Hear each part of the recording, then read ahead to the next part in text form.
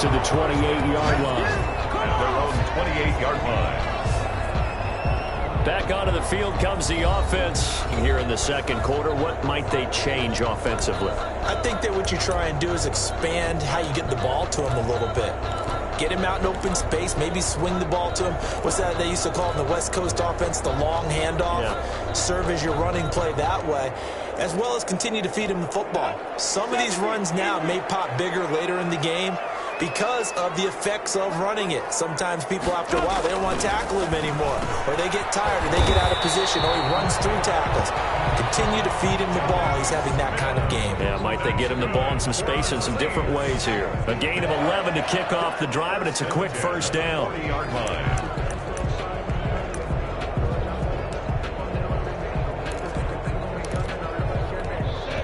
We've hit the 2-minute mark of the second quarter, 14-7.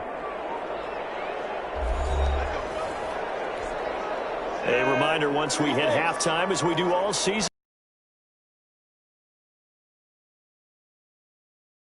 in progress around the NFL. The best multitasker in the business, the coach.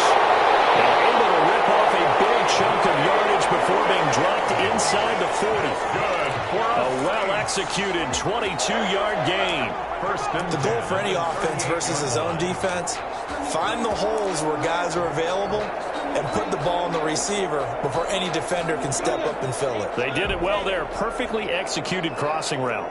Back-to-back good plays have them on the move on first down. Now this one is tight end out on the right side. And down he goes, taking it inside the 10, just shy of the 5 at the 6. Big gains in succession. Last one was over 20. This one over 30. I think this defense was still trying to recover from that last play, so you wonder if they were ready for this one. You have to imagine their defensive coaches are yelling at them to get focused, because if they don't, more plays like that will result in giving up points. Now Minshew has it knocked out. Fumble. And the Falcons grab it. And nothing but daylight ahead. The 40, 30, the 20. And this is going to be brought back. It's a scoop and score for the Falcon TD. And that's a linebacker showing he can move pretty good with a football in his hand. That's not just a short shuttle now. He took it and went a pretty good distance, didn't he? Did you get the 40 time on that? I didn't, but he got 6 points out of it. I know that in a great play for that defensive unit. Point after, right down the middle. And it's now 21-7.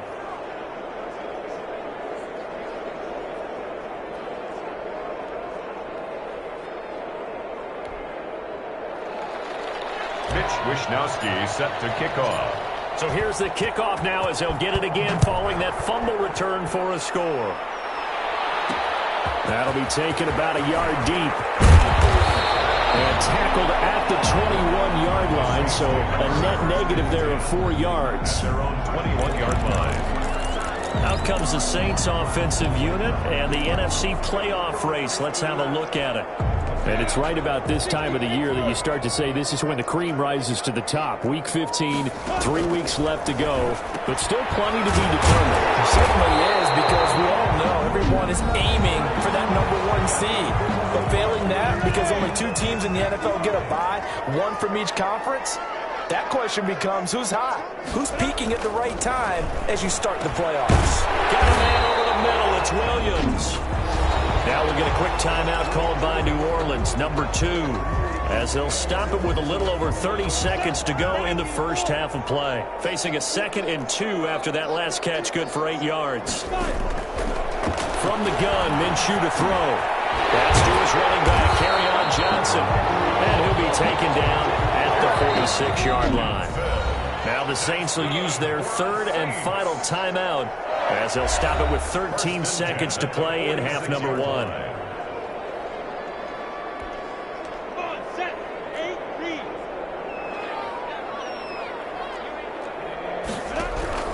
Now Minshew on 1st and 10. Smith catches left side. Minshew. And he'll take it down shy of the 45 at the 46. So we have come to halftime in what's already a 2-touchdown game. As we send you on over to Orlando for Jonathan Coachman in our EA Sports Halftime Report. Take it away, Coach. Okay, Brandon, time for a sprint. And okay, so much for our halftime break. Apparently we're going to get right back to it. The Falcons back to receive. They've got the lead, and they'll get this football as the second half gets underway. Set to return. Here's Raheem Mostert.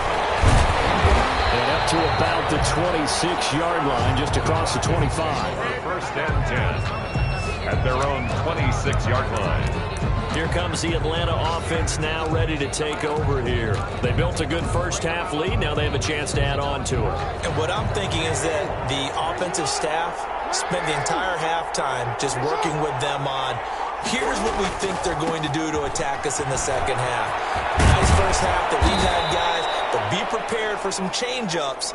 We're going to see them when we kick it off in the second half. See how they handle any adjustments that might be made defensively.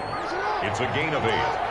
Brings up 2nd and 2. Once again, it's Jacobs, and he'll be brought down right around the 37.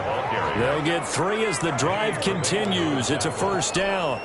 It's a gain of 3. Line of scrimmage, the 37 on 1st and 10.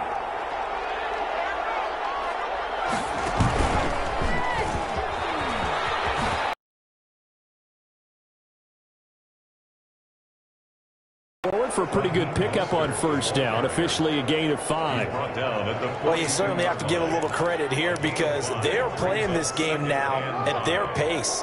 This is ball control football, sustained runs, taking their time and making it work. And he'll lose yardage here, back at the 41. I think it's pretty evident. We can say what a difference a week makes. Last week, he ran pretty much wild, didn't he? Did pretty much what he wanted to do. But this one, they've stopped him cold. That, to me, that's good scouting and even better execution. Yeah, and